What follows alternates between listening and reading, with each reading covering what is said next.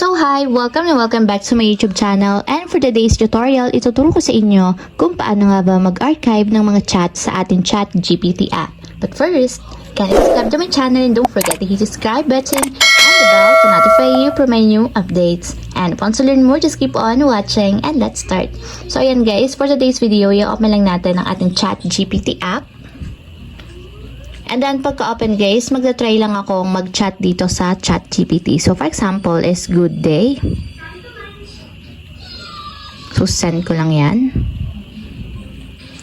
And ayan, kung gusto nyong i-archive itong chinat natin dito sa ChatGPT, ang gagawin nyo lang is itap nyo yung 3 vertical dots na nandito sa upper right corner katulad nito.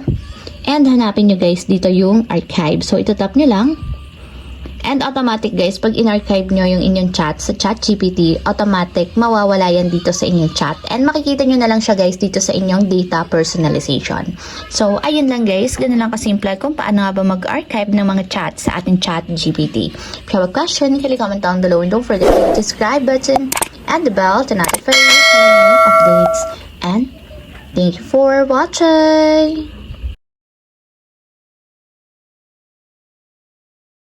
Living life, every day, late at night, not okay.